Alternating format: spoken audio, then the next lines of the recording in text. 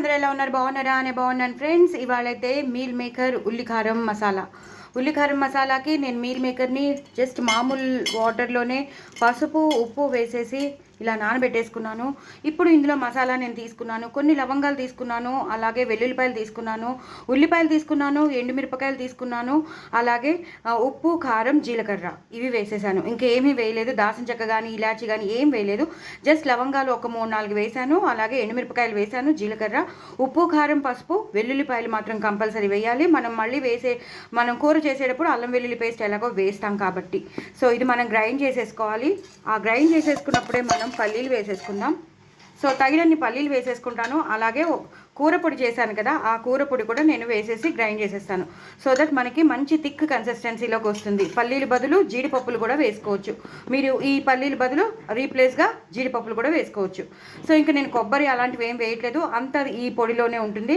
ధనియాలు జీలకర్ర అన్నీ, మిరియాలు, మసాలాలు ఇందులో ఉంటాయి, నువ్వులు అన్నీ ఇందులో ఉంటాయి, మినపప్పు శనగపప్పు ఎండుమిరపకాయలు అన్నీ. సో కూర పొడిలోనే అన్నీ ఉంటాయి కాబట్టి రీసెంట్గా పంపించాను, చూడండి చేసుకోండి. సో ఈ కూర పొడి కూడా వేసేసాను, పల్లీలు వేసేసాను. ఇప్పుడు దీన్ని నేను గ్రైండ్ చేసేసుకుంటాను. లేదు మాకు కొబ్బరి వేస్తేనే టేస్ట్గా ఉంటుంది అనుకున్న వాళ్ళు కొబ్బరి వేసుకోండి, నో ప్రాబ్లం. బట్ నేనైతే ఇలా చేసేస్తున్నాను. ఉల్లికారాన్ని ఇవి వేసి అలాగే కొన్ని ఉల్లిపాయలు తరిగి పెట్టుకున్నాను. యాస్టీస్ పచ్చిమిరపకాయలు వేసేస్తాను. ఒక చిన్న బంగాళదుంప ఉండిపోయిందని అది వేస్ట్ చేయకూడదని బంగాళదుంప ముక్క వేసినాను.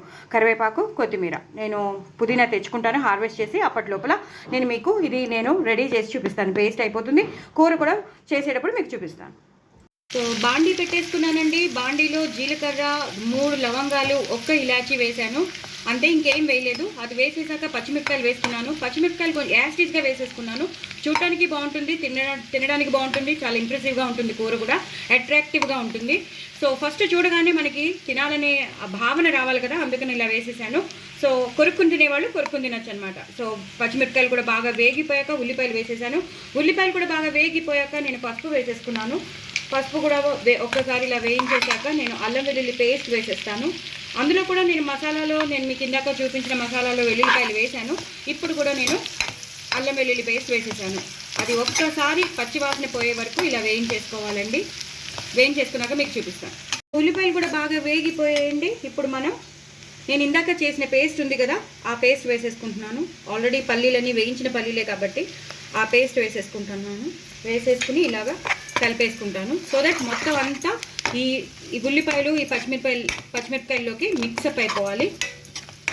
ఇదే టైంలో మనం పెరుగు వేసేసుకుందామండి. చిక్కటి పెరుగు వేసేస్తాను. సో దట్ మనం వేసిన మీల్ మేకర్కి ఈ ఏదైతే మసాలా ఉంటుందో మొత్తం పట్టేస్తుంది. ఇలాగనమాట. చూసారు కదా, ఆ అల్లం వెల్లుల్లి పేస్ట్ మంచి గుమగుమలు ఆడిపోతుంది. నేను వేసిన చిక్కని పెరుగుకి ఇంకా బాగుంది. ఇప్పుడు నేను కొంచెం కూరపొడి ఉంది కదా, అది వేసేస్తాను. ఉప్పు కారాలు తర్వాత మళ్ళీ వేస్తాను.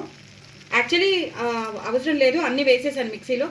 తక్కువ అయిన వాళ్ళు వేసుకోండి, నేనైతే వేయను. కారం కావాలంటే వేసుకోవచ్చు. సో నేను ఏవైతే మీల్ మేకర్ని నానబెట్టి పెట్టుకున్నానో అవి పెద్దవైతే చిన్న చిన్న ముక్కలుగా చేసేసుకున్నాను.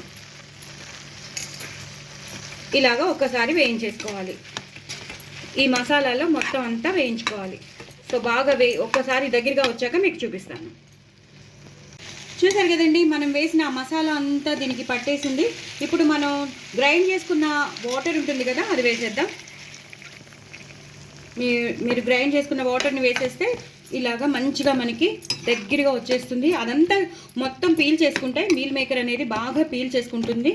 ఇప్పుడు నేను కొంచెం కారం వేసేస్తాను.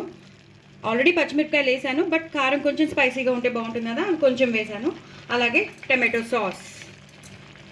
సాస్ వేస్తే మనకి కొంచెం ట్యాంగీగా ఉంటుంది. అలానే ఎక్కువ వేసుకోక్కర్లేదు. ఒక 1 స్పూన్ వేసేసుకుని ఇలా కలిపేసుకోవాలి. లాస్ట్లో కొంచెం గరం మసాలా, మనం మిగతావన్నీ వేసాం ఇందాక, లవంగం కానీ అవన్నీ అందులో కూడా వేసాం కాబట్టి ఇప్పుడు గరం మసాలా కూడా వేసేసాక ఒక్కసారి ఇలాగా మూత పెట్టేసుకుందాం. 2 నిమిషాల తర్వాత మీకు మళ్ళీ దగ్గరగా వచ్చేస్తుంది, అప్పుడు మీకు చూపిస్తాను. వావ్, కూర మాత్రం అదిరిపోయిందండి. ఎంత బాగుందంటే మనకి చపాతీలోకి పూరీలోకి పుల్కాలోకి బాగుంటుంది. అలాగే రైస్ ఐటమ్స్ పులావ్స్ కానీ బిర్యానీస్ కానీ ఎలా ఏం చేసుకున్నా సూపర్బ్ ఉంటుంది, చాలా చాలా బాగుంటుంది.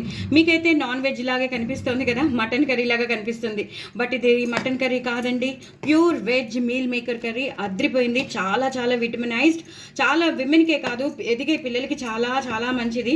ఇందులో లేని విటమిన్స్ లేవు, ఎక్కువ ఫైబర్ ఉంటుంది, సో ప్రోటీన్ కూడా ఎక్కువ ఉంటుంది, కాబట్టి ప్రతి వాళ్ళు తినాలని కోరుకుంటున్నాను. సో ఎంత బాగుంటుందంటే అసలు నాన్ వెజ్ని కూడా మీరు మర్చిపోతారు, ఇంకా దీన్నే చేసుకుంటూ ఉంటారు. ఇదే మటన్ అనుకుని మీరు సాటిస్ఫై అయిపోతారు, దీనిలో మునిగిపోతారు, దీనిలో మైమర్చిపోతారు. లాస్ట్లో మాత్రం కొత్తిమీర పుదీనాతో, ఎక్కువ పుదీనాతో గార్నిష్ చేసేసుకోండి ఫ్రెష్గా వేసి. సూపర్బ్ ఎక్స్ట్రాడినరీ ఉంటుందండి. ఇప్పుడు హాలిడేస్ కాబట్టి చక్కగా రైస్ ఐటమ్స్ చేయండి, అలాగే పూరీలు చపాతీలు చేసి పెట్టండి, బటర్ నాన్ ఇవన్నీ ఉంటాయి కదా, వాటిల్లోకి అయితే ఒక రేంజ్లో ఉంటుందండి, చాలా చాలా బాగుంటుంది. ఈ కన్సిస్టెన్సీలోనే ఉండాలి. నేను చెప్పాను కదా, పల్లీలు అక్కర్లేని వాళ్ళు జీడిపప్పు వేసుకుని మొత్తం అంతా చేసేసుకోవచ్చు. సూపర్బ్ ఎక్స్ట్రాడినరీ కర్రీ చేసుకోండి, మరి ఎంజాయ్ చేయండి. నా ఛానల్ మాత్రం సబ్స్క్రైబ్ చేసుకోవడం అసలు మర్చిపోద్దు. బాయ్ అండి.